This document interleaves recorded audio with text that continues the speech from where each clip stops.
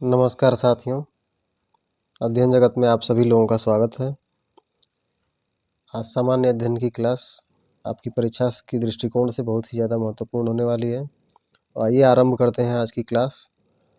और आज की क्लास का पहला प्रश्न है, निम्न में से कौन सा वृक्ष जैविक कीटनाशक का उत्पादक है? तो आपके विकल्प हैं नीम, देवदार, चीड़, ओक। 4 विकल्प हैं आपके पास और जैविक कीटनाशक का उत्पादक जो वृक्ष है उसका नाम बताना है। चारों विकल्पों में से कौन सा विकल्प आपका सही है? नीम, देवदार, चीड़, ओक। तो इन चारों विकल्पों में से जो सही उत्तर आपका हो जाएगा नीम। नीम जो है पहला ही विकल्प सही है आपका। पहला विकल्प नीम जो है आपका जैविक कीटनाशक का उत्पादक है।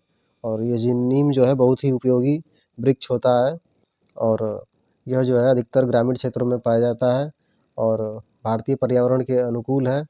भारत के अतिरिक्त यह जो है अन्य देशों में भी पाया जाता है और भारत में बहुतायत में इसकी पैदावार देखी गई है और आयुर्वेद में इसका बहुत ही ज़्यादा महत्व है। आयुर्वेद में इसको बहुत ही उपयोगी बताया गया है और यह जो है एंटीबायोटिक का भी काम करता है। तो ये जैविक कीटनाशक के लिए का उत्पादक है। आपका जो है पहला विकल्प सही उत्तर है। अगला प्रश्न संख्या है आपका 2। भूपारिस्थितिकीय तंत्र में ऊर्जा का महत्वपूर्ण स्रोत है। भूपारिस्थितिकी तंत्र में ऊर्जा का महत्वपूर्ण स्रोत बताना है कि कौन सा आपका ऊर्जा का महत्वपूर्ण स्रोत है। आपके विकल्प हैं सूर्य, पृथ्वी, चंद्रमा, शुक्र। चारों विकल्पों में से जो आपका सही विकल्प है उसका चुनाव करना है कि भूपारिस्थितिकी तंत्र में ऊर्जा का महत्वपूर्ण स्रोत कौन सा है।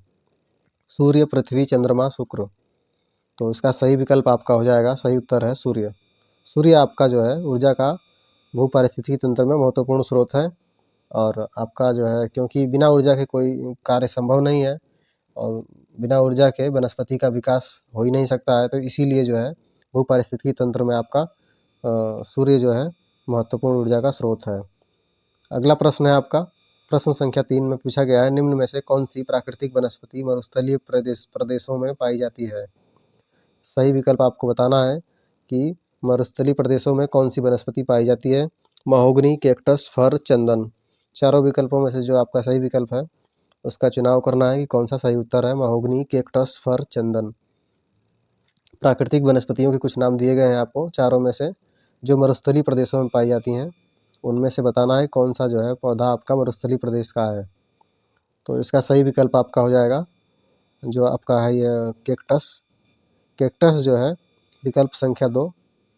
विकल्प संख्या 2 कैक्टस जो है आपका यह जो है प्राकृतिक वनस्पति है जो मरुस्थलीय प्रदेशों में पाई जाती है और यह एक जीव वैज्ञानिक फूल है जो अपने मोटे फूले हुए तनों में पानी बटोरकर शुष्क व रेगिस्तानी परिस्थितियों में भी जीवित रखता है अपने आप को और यह कांटों से भरे हुए रूप में रहता है और अपने कांटों के लिए यह मुख्य रूप से जाना जाता है।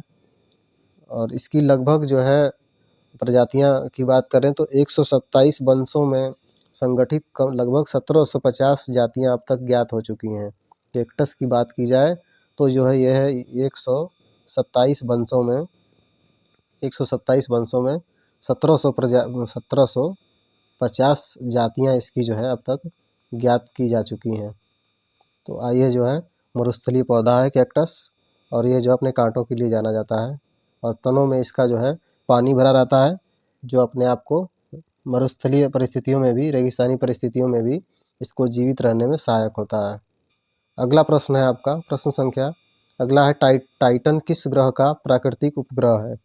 टाइटन एक ग्रह है। टाइटन जो है एक उपग्रह है, वो बताना है कि किस ग्रह का यह उपग्रह है। आपके विकल्प हैं वरुण, बुध, शनि, शुक्र।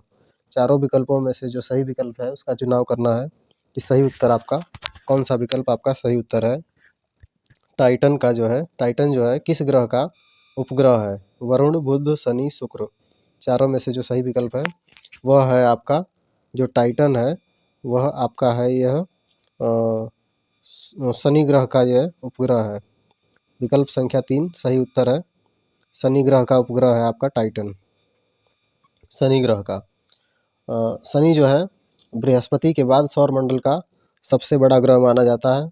औसत व्यास में यह पृथ्वी से 9 गुना बड़ा है। कितना? औसत व्यास में पृथ्वी से 9 गुना बड़ा है। किससे? पृथ्वी से औसत व्यास में 9 गुना बड़ा है और यह जो है बृहस्पति के बाद सौरमंडल का सबसे बड़ा ग्रह माना गया है। जो एक गैसीय गोला है, यह गैसीय गोले के रूप में है और शनि ग्रह की एक विशिष्टता यह भी है कि इसकी जो वलय प्रणाली है, उसके लिए जाना जाता है और वलय प्रणाली 9 सतत मुख्य छल्लों में और 3 सतत चाप से मिलकर बनी है। इसकी जो वलय प्रणाली है वह 9 सतत मुख्य छल्लों और 3 असतत चाप से मिलकर बनी है। शनि के लगभग 62 उपग्रह भी अब तक ज्ञात हैं। 62 उपग्रह शनि के अब तक लगभग 62 उपग्रह ज्ञात हैं, जिनमें से टाइटन शनि का सबसे बड़ा उपग्रह है।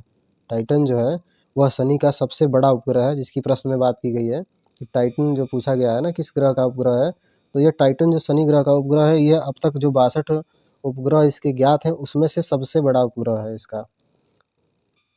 अगला प्रश्न है आपका, अगला प्रश्न पूछा गया है, निम्न में से कौन सी बायोडीजल की फसल है। बायोडीजल की फसल के बारे में पूछा गया है कि आपके 4 विकल्प हैं, कौन सी इसमें से बायोडीजल की फसल है। कपास, जैट्रोफा, आलू, गन्ना। चारों में से आपको बताना है कि कौन सा विकल्प आपका सही है। जैट्रोफा जो है आपका इसका सही उत्तर हो जाएगा। विकल्प प्रश्न में पूछा गया है बायोडीजल की फसल कौन सी है, तो इसका सही उत्तर आपका हो जाएगा विकल्प संख्या 2 जैट्रोफा। जैट्रोफा जो है बायोडीजल की फसल है और जैट्रोफा की लगभग जो है 175 प्रजातियाँ 175 प्रजातियाँ वनस्पति समूह की हैं। जैट्रोफा की लगभग 175 प्रजाति जो है वो वनस्पतियों के समूह की हैं, जिसमें झाड़ियाँ और पौधे सम्मिलित हैं। कुछ झाड़ियों के रूप में है, कुछ पौधों के रूप में है, ये सम्मिलित इसमें किया गया है। और इसके जो है भारत के अतिरिक्त जो है अफ्रीका, उत्तरी अमेरिका और कैरिबियन जैसे ट्रॉपिकल क्षेत्रों में यह जो है पौधा उत्पन्न होता है और यह एक बड़ा पौधा होता है जो झाड़ियों के रूप में अर्धशुष्क क्षेत्रों में उगता है। इस पादप से प्राप्त होने वाले बीजों में लगभग 25 से 30% तेल निकाला जाता है। 25% से 30% तक तेल निकाला जाता है इसके बीजों से। जो इसके बीज प्राप्त होते हैं, इससे 25 से 30% तेल निकाला जाता है। भारत के अतिरिक्त यह अफ्रीका, उत्तरी अमेरिका, कैरिबिया जैसे ट्रॉपिकल क्षेत्रों में जो देश हैं उनमें यह उत्पन्न होता है। तो इसका जो है आपका दूसरा विकल्प सही है, जैट्रोफा। अगला प्रश्न है, अगले प्रश्न में पूछा गया है पर्यावरण संरक्षण अधिनियम किस वर्ष पारित हुआ। तो आपको बताना है कि पर्यावरण संरक्षण अधिनियम किस वर्ष पारित किया गया। तो आपके विकल्प हैं 1982, 1986, 1992, 1996। चारों में से सही विकल्प बताना है कि कौन सा विकल्प आपका सही उत्तर है। पर्यावरण संरक्षण अधिनियम पर्यावरण के संरक्षण के लिए भारत सरकार ने किस वर्ष पारित किया था, तो इसका सही उत्तर आपका है वर्ष 1986, विकल्प संख्या 2। वर्ष 1986 में भारत सरकार द्वारा पर्यावरण के संरक्षण के लिए एक कानून बनाया गया जिसे पर्यावरण का संरक्षण अधिनियम कहते हैं। तो इसका सही उत्तर हो जाएगा वर्ष 1986। भारत सरकार ने पर्यावरण के संरक्षण के लिए एक कानून बनाया जिसे पर्यावरण संरक्षण अधिनियम कहते हैं। अगला प्रश्न है आपका, प्रश्न संख्या इसमें पूछा गया है भूमंडलीय तापन का कारण। अगले प्रश्न में पूछा गया है भूमंडलीय तापन का कारण है। भूमंडलीय तापन के क्या कारण है, आपको 4 कारण विकल्प के माध्यम से नीचे दिए गए हैं। चारों में से जो आपका जो उचित कारण है वह बताना है कि कौन सा इसमें से कारण सत्य है। आपके विकल्प हैं हिमनदों में वृद्धि, कार्बन डाइऑक्साइड में वृद्धि, वनों में वृद्धि या कार्बन डाइऑक्साइड में कमी। देखो 2 विकल्प आपके एक जैसे दिए गए हैं, कार्बन डाइऑक्साइड में वृद्धि या कार्बन डाइऑक्साइड में कमी, और एक विकल्प है हिमनदों में वृद्धि या वनों में वृद्धि। तो भूमंडलीय तापन का जो उचित कारण है वह बताना है आपको, इसमें से कौन सा सही विकल्प है। तो भूमंडलीय तापन का जो कारण है मुख्य रूप से, तो विकल्प के अनुसार आपका जो हो जाएगा वह इसका सही उत्तर है विकल्प संख्या 2 कार्बन डाइऑक्साइड में वृद्धि। कार्बन डाइऑक्साइड में वृद्धि जो है आपका ये भूमंडलीय तापन का प्रमुख कारण है। तो होता क्या है कि भूमंडलीय तापन का जो अर्थ है, तो अर्थ यह है कि तापमान में वृद्धि, मतलब भूमंडल के तापमान में वृद्धि होना, यह जो है भूमंडलीय तापन का अर्थ है जो पृथ्वी के भूमंडल पर पाया जाता है। और इसके वृद्धि के अनेक कारण हैं, जैसे इसके तहत वातावरण में वृद्धि, वातावरण के तापमान में वृद्धि, मतलब हो जाती है। और यह जो है वृद्धि उद्योगों और परिवहन के जो संसाधन है उससे, और उद्योगों से निकलने वाले धुओं, चिमनियों से निकलने वाले धुओं, धूल कण आदि से जो है इसके तापमान में वृद्धि हो रही है।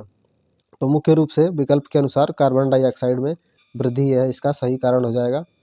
आइए अगले प्रश्न पर चलते हैं। अगला प्रश्न है, इसमें पूछा गया है अगले प्रश्न में, निम्न में से किसमें सर्वाधिक जैव विविधता पाई जाती है? किसमें सर्वाधिक जैव विविधता पाई जाती है? आपको 4 विकल्प दिए गए हैं, उसमें से चुनाव करना है कि कौन सा आपका उचित जो है विकल्प है, सही विकल्प है।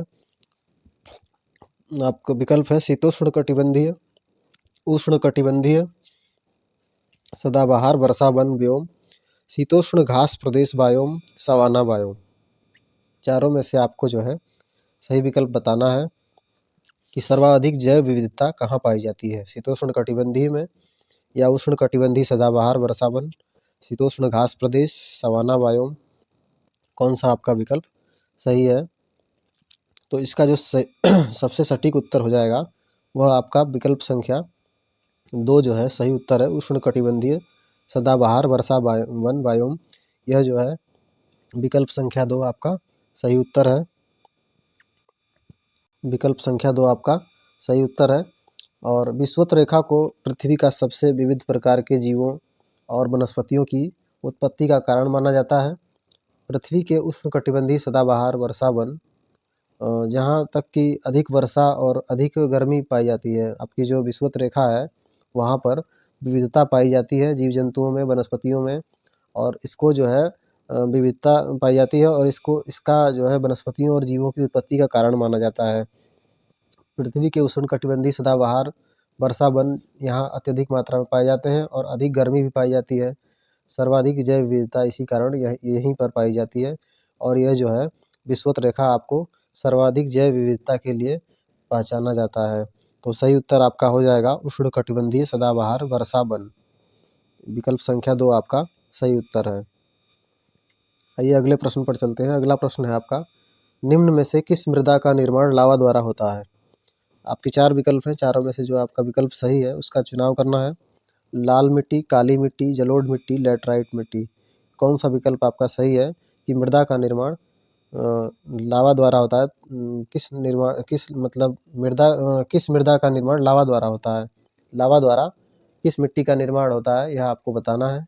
4 विकल्प है आपके, लाल मिट्टी, काली मिट्टी, जलोढ़ मिट्टी या लैटराइट मिट्टी। तो इसका जो सही उत्तर हो जाएगा मित्रों, इसका सही उत्तर है विकल्प संख्या 2, काली मिट्टी। काली मिट्टी जो है इसका सही विकल्प है।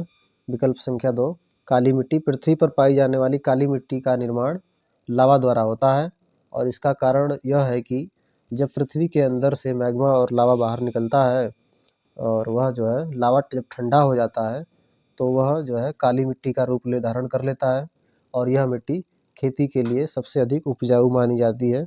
और इसमें जो है जूट और कपास की फसलें ज़्यादातर की जाती हैं और यह मिट्टी भारत में देखने को मिलती है। तमिलनाडु और पश्चिम बंगाल आदि जैसे जो राज्य हैं वहाँ पर इसकी अधिकता पाई जाती है। अगला प्रश्न है आपका। अगले प्रश्न में पूछा गया है, वायुमंडल की कौन सी परत प्रकाश की परावैंगनी किरणों को पृथ्वी की सतह पर आने से रोकती है? आपके 4 विकल्प हैं, समताप मंडल, क्षोभ मंडल, आयन मंडल या मध्य मंडल। चारों में से जो आपका विकल्प सही है उसका चुनाव करना है। कौन सा विकल्प आपका सही है? वायुमंडल की कौन सी परत प्रकाश की परावैंगनी किरणों को पृथ्वी की सतह पर आने से रोकती हैं? आपके विकल्प हैं समताप मंडल, क्षोभ मंडल, आयन मंडल, मध्य मंडल। तो इसका सही उत्तर आपका हो जाएगा समताप मंडल। पहला ही विकल्प आपका सही उत्तर है। समताप मंडल जो है पृथ्वी पर प्रकाश की परावैंगनी किरणों को आने से रोकता है। समताप मंडल इसका सही उत्तर है।